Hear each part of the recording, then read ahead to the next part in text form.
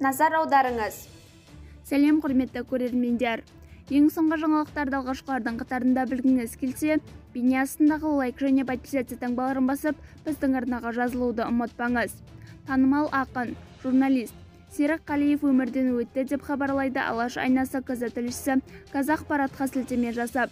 Бұл туралы бүгін өзінің Facebook парақшасында дінтанушы, журналист Ардақ Байғабыл жазды. Жатқан жері жайлы болсын ағамыздың. Бүгін қазақ елінің ақыны, керемет тұлға, асыл ағам Серік Қалиев бақилық болды. Аллах рахымына алсын сізді ағау.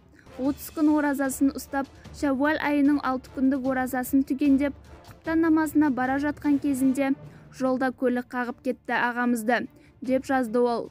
Құрметті көрермендер, біз өз командамыз атынан Серік Қалиев отбасына көңіл айтамыз. Сіздер де бейне астындағы бір ғана лайк түймесін басып, көңіл айта қойыңыз. Сау саламат болыңыз.